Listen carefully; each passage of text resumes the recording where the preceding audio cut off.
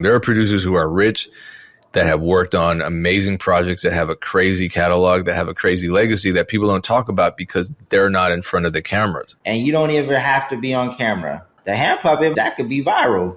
Let somebody come out with a beat every couple days, the hand puppet, pimp it out a little bit, give it a cool This is crazy, but I feel like it would go dumb on the internet.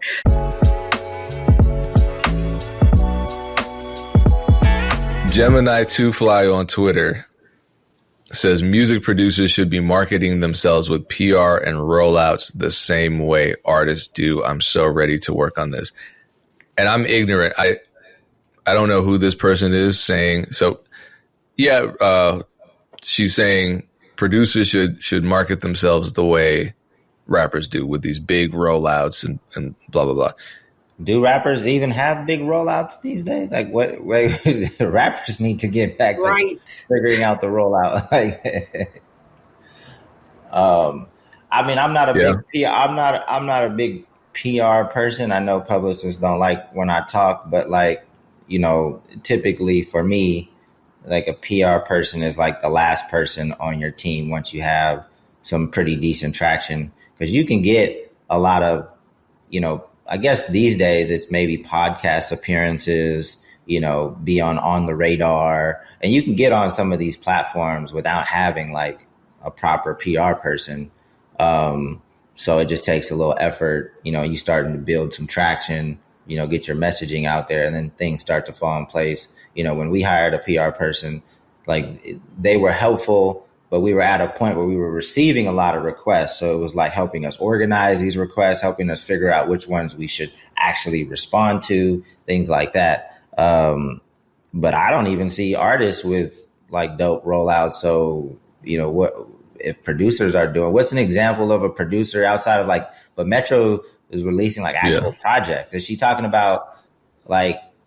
She's talking about everybody, evidently, because when I look at the replies, there are a bunch of producers that I'm familiar with that she's replying to and saying, yeah, let's make it happen. But one was, and you saw it in the screen share when I looked at the tweet, it was the top reply.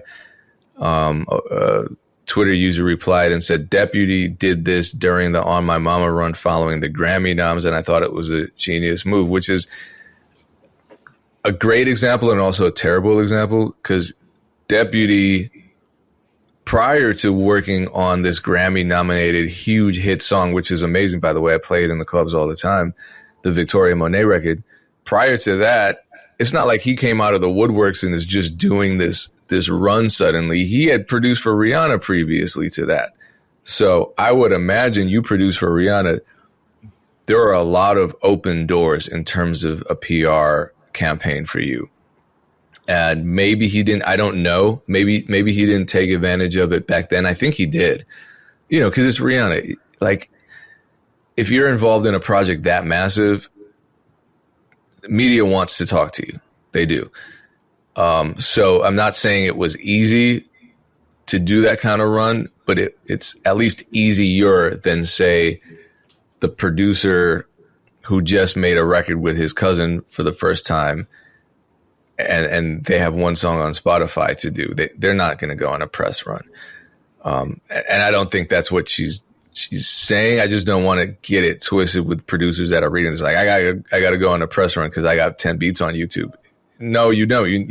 This is a very different conversation, depending on what level you're at. But yeah, like I'm seeing what Deputy did. He went on a lot of podcasts after the Grammy nominations came out. Would I do the same thing? Absolutely. But what did he talk about though? Like, okay, because I don't know like how interesting it is or how many press outlets like just want to talk to you about like how you made the song, right? I don't know who Deputy is. I don't know what his personality is like, or like what other pieces to the story this is, because I don't really see, even with like artists, like sometimes that's not interesting content unless you're like a super dedicated fan. Like that's definitely not, that's more for the super fans as opposed to like, what is this? Deputy recalls getting checks from What do So, you? I mean, this is just an example from, the Deposits podcast, and this is on Revolt. So this is a bigger platform. Okay. But typically it's like you still have to, as a producer, you have to still think about the story, right? There's not very many outlets that are gonna like bring you out. Oh, why did you choose this sound? Right. Or why did you do I mean, there might be a podcast that explores that, and that might be interesting to some people, but is there something more unique or more interesting about the process? Were there any funny stories? Were that like it, working with Rihanna, whoever you worked with, like you still have to go deeper. It can't just be. I remember a producer that we had signed to Funk Volume, wanted to do like some behind the scenes, and it was like the worst. Like it was like the most boring video ever. And it was like, bro, I'm not putting this out. Like, who's gonna watch this? It has to. You gotta have to, do something with your personality. It has to be some other angle to this. It's and hopefully that's what Gemini means. It's not just like, hey, make a beat, go on a press run. Ain't nobody want to talk to you about why you use this beat, or why you use this sound. I don't think it's necessarily that, because I'm with you, Dame. I feel like as a fan of like so many parts of the sonical elements, like I'm an audiophile. I still don't want to hear you, because there are some producer podcasts that I've tapped into where they're breaking down things specifically. Spotify had a series where they were kind of going through, but interviews that I've seen with producers that I really enjoy is just them talking about their journey. Like, how did you get to producing for Victoria Monet? Like, where are you from? Most people don't know that. It's almost like a football player. You see their number, but you never see their face. So you don't really have any type of understanding of them because you're not even getting to see their personality.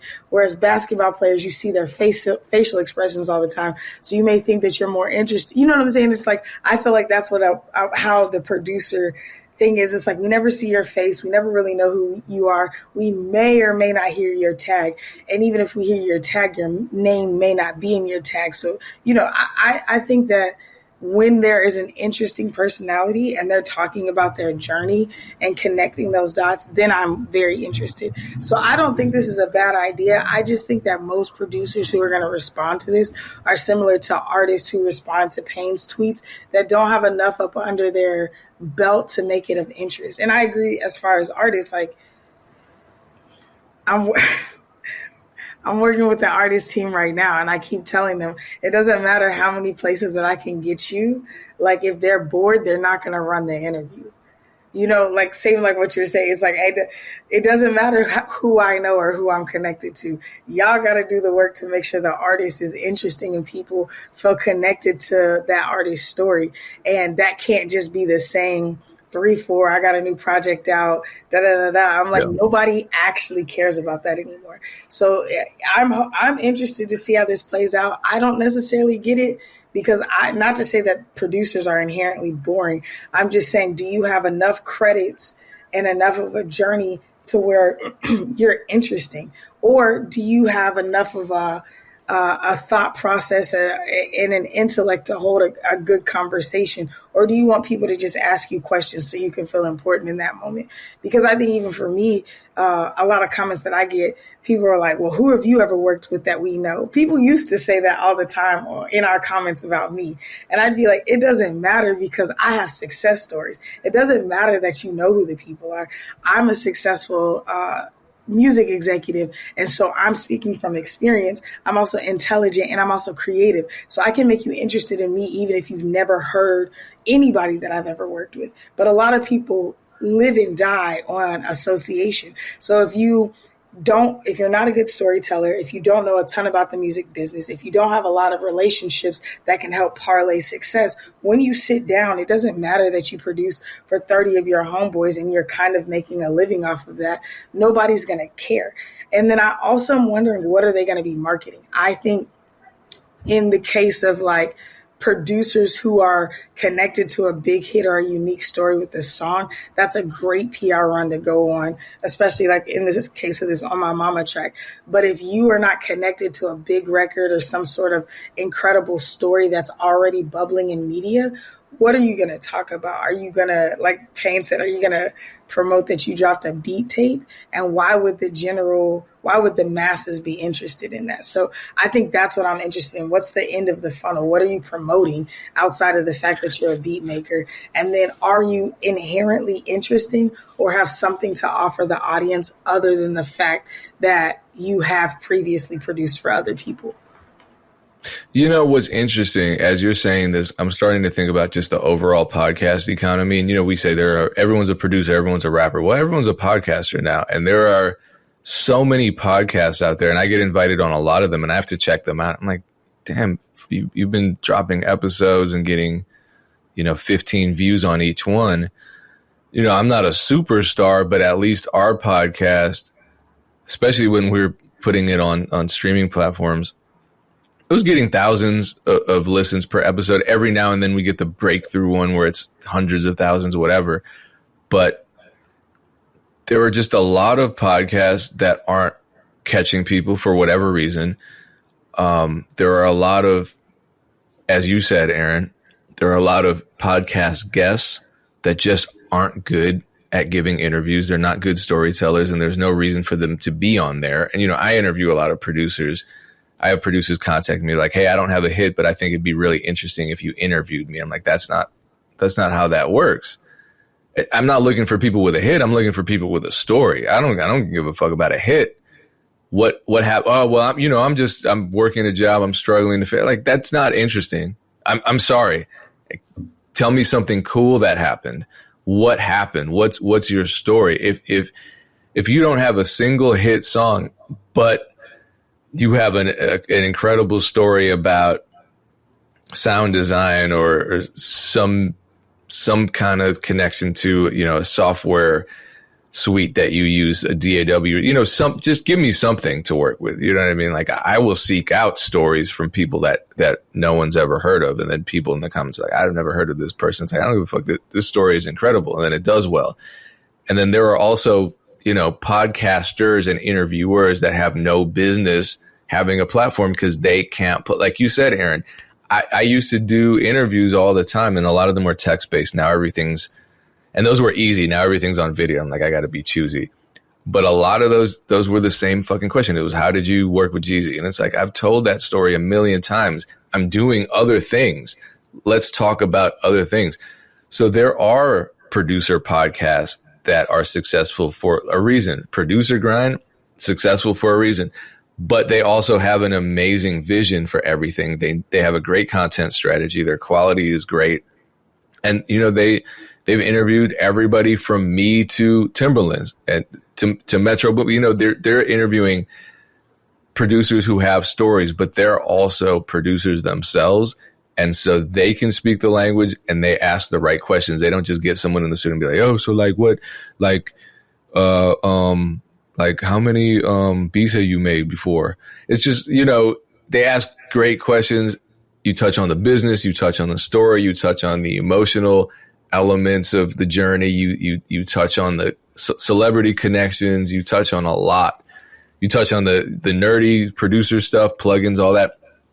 And there's, they're not as big as the Joe Budden podcast, but they don't have to be. You know what I mean? It's just about catering to an audience in a way that works. It's about knowing your audience. And so, yeah, I think there are great ways of doing this, but also a rollout doesn't necessarily mean going on a bunch of podcasts either. So producers, a lot of us don't want to do public facing content, and that can be a problem too. Like, there are producers with hit songs that never do interviews and never get in front of a camera and speak on what they have going on. I know a couple producers like that. Actually, Producer Grind asked the other day, is versatility a good thing, or are you a multi-genre producer? Something like that. I was like, versatility is not great, because I feel like the producers that do one thing really well get a lot of attention for it because they're really honed in on one thing.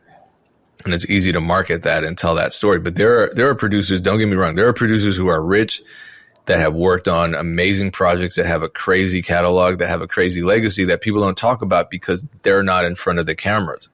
So granted, they're limiting themselves in a sense where they're not doing press runs, they're not getting brand deals, they're not getting additional opportunities because they're not public facing, but they're focusing on the music and doing what they want to do. And if they're great at that, then great. They don't need to do anything else. I just think it really depends on who you are, what the opportunity is, what you're comfortable doing, which opportunities you're actually taking, what's appropriate. So you kind of have to manage yourself through these. Most producers don't have the management that helps them with this kind of thing, with a rollout, because producers aren't used to doing rollouts. And I think the privilege of being in the shadows is something of the older generation. So if you're a producer now and you don't want to do forward facing content, whatever, you have to be outside, which most people don't want to do either. I know artists like that too. They don't want to be outside, and then they don't want to be on the internet. They just, again, want to be called up, emailed up, to be flown out somewhere, make a big bag and go back into their house to be like, I'll just be out the way. And it's like, you got to choose one. So I get the concept. I get the concept of press, but it's like, is that going to be supported by in real life experiences, not necessarily a concert, but like, can people pull up on you? Do you host studio sessions? Like, I think it would be super cool for mid-level producers to host studio days. I've pitched this to several producers who I've tried to work with. But again, they're like, man, I don't really want to be co-producing with somebody who's trash. And it's like, yo, if you charge your fans a one-day rate, hey, you rent out a studio, maybe you're playing new beats, you're like, this is how I built stuff. You do a little session, and then you can co-produce stuff. The type of ecosystem and fan base you can build off of something like that is incredible, because now you're getting paid to teach or just for the experience. Some people just want the experience of being in the studio with a great producer.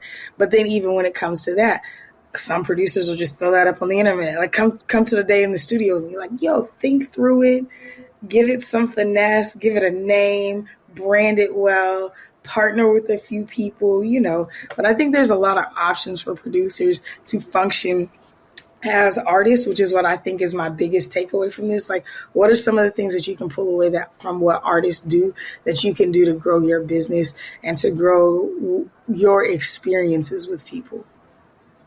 Oh man, producer content is a vicious game now. There's a lot of competition because some people do it really well. I know, you brought up Kenny Beats before. You watch his stuff. Who's fucking with Kenny Beats on content? But you don't even if you don't want to be on camera, you just, again, it's just going back to being creative. All you artists, you think you're so creative. And then when it comes to the marketing piece, like, why can't you just create a character? Like, create a character that's either animated or, is a hand puppet. I don't know, whatever it is. Like, you can create a character, give it a name, and you don't even have to be on camera. And the hand puppet that could be viral. Let somebody come out with a beat every couple days. The hand puppet, pimp it out a little bit, give it a cool. This is crazy, but I feel like it would go dumb on the internet, especially if it was like bobbing to every beat, and it changed. It's like jewelry on your head. Like, there's so much. Like, this could go crazy. And then you introduce its friend, got other characters, like, you create the whole world. Like, and then you have DJ Palm one. That. Hey, there you go. Come on, you got to go after this. And this is like, people think I'm just fucking around right now, and I kind of am, but I'm kind of serious too. Like, think outside of the box. Stop looking at what other people are doing and trying to recreate the exact same thing. It's probably not going to work. You have to play to your strengths. Sometimes you have to step out of your comfort zone, but play to your strengths. And yeah, I could see that being fire. Nobody's doing that right now. Or like an animated shit, or would lean into whatever you love. And I talked about this before. If it's sports, take whatever the latest tagline is. Jason Tatum didn't get any burn in the last USA in the first USA Olympic game. That was like the big story. How come Jason Tatum didn't get in the game? Steve Kerr gave his reason why. If I was a producer and I love basketball, I'm taking that interview, I'm cutting it up, I'm sampling it, putting it in a beat, and then I'm tagging All the Smoke, I'm tagging ESPN, I'm tagging, you know, like, think outside of the box, please. You guys are, you know, you shouldn't even be called creative sometimes because you're anything but that when it comes to, you know, anything outside of the music. I agree. So, Even with All the Smoke, like there's so many dope podcasts, like the I Am Athlete, all that stuff that was coming out, especially even like Iman Shumpert's. I feel like if you made a beat for each of them, or made a beat for each season or whatever, like you said, and it had something, and maybe even their most iconic clips. You know how people do the basketball highlights? What if your beat was like a highlight of the favorite clip? You know what I'm saying? Or even like Ray Daniels, if you take some of his hottest takes and put them over something. I just feel like you said, Dave, people lack so much creativity. And it's like, because you're trying to think, well, this person does that, I don't want to do that. You're thinking in binaries, and it's like, there's no binaries when it comes to being creative. You didn't think in a binary when you were writing this or producing this. So why think that way when you're coming up with something to give yourself a boost? You know, like there's a country artist. His name is Breland. He's a black dude. He's a crazy songwriter, but he started making country music when he came out as his own artist. And that's what he did. He's a huge basketball fan. So every week he was writing during the finals last year, and it got so big. He was on ESPN. He did a song with Shaq, and he's already a really well-known artist. But if you don't know country music, you wouldn't know Breland, or if you don't know songwriters. So, and he's somebody who's now has contracts with all sorts of, he's got a Budweiser contract, like all sorts of cool stuff that came out of him doing that weekly. And this dude got bread because he writes for some of the biggest artists. It's not that he needed money. He's just like looking to exercise that muscle more, you know? And I think that that's the problem, is that artists are looking for, I want to make music or art this way and make money. And it's like, how about you just keep exercising your muscle and it just become a practice for you to release things that stretch you. And as you do that, you'll get the type of bread that you're looking for. But if you're looking in binaries, like I want to release music so that people hear me and then I want to go on tour, you're wasting your time at this point, because you're looking for a result that the work isn't producing, because you're not doing the work that produces that result. all right, no more free game. Let's wrap this up. You're giving them too much. No, we got to give them one more. So you can hit the Calendly link and book a session or something, because we're spoon feeding you at this point. Well, then I won't mention free music distribution. Or you can mention that. That's a constant. Free music distribution. Go to I'm going to edit that. Go to tolost.com and enter the code @odds for 3 free months of music distribution, premium music distribution. Get all your music up, get your songs up, get your instrumentals up, get them up on all the platforms. You have 3 months to do that. You can schedule out in advance. Do that. It's free, no obligation. Your music stays up even if you leave. And once again, we appreciate you tuning in, watching. Payne, if you are going to edit something out, people are going to take that DJ Palm 1 a little differently in this era of no Diddy and Pause. I'm going to be honest. I was going to say something, but I was like, it's cool. That joint is a little bit wild, though. I got it. But don't edit it out, because it's like, it's a cool name, but there was a little pause moment that we missed there, but I'm not the one to say pause. Oh, boy. All right. Well, I am not becoming the puppet producer or the masturbation producer. All right. That neither of those are my angles. So if someone else wants that, they can have that. Just give credit where credit is due. That's it. All right, y'all. Peace.